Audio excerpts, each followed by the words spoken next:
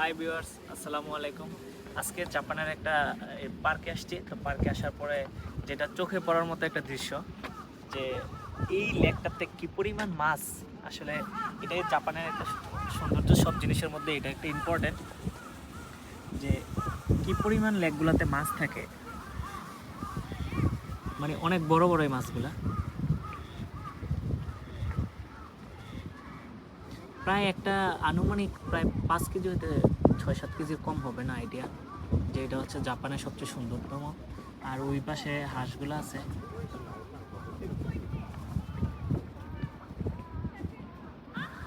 এটা হচ্ছে ছোট একটা লেক, আর ছোট লেকটার চারপাশে হচ্ছে মানুষ হাঁটতেছে। এটা একটা পার্ক।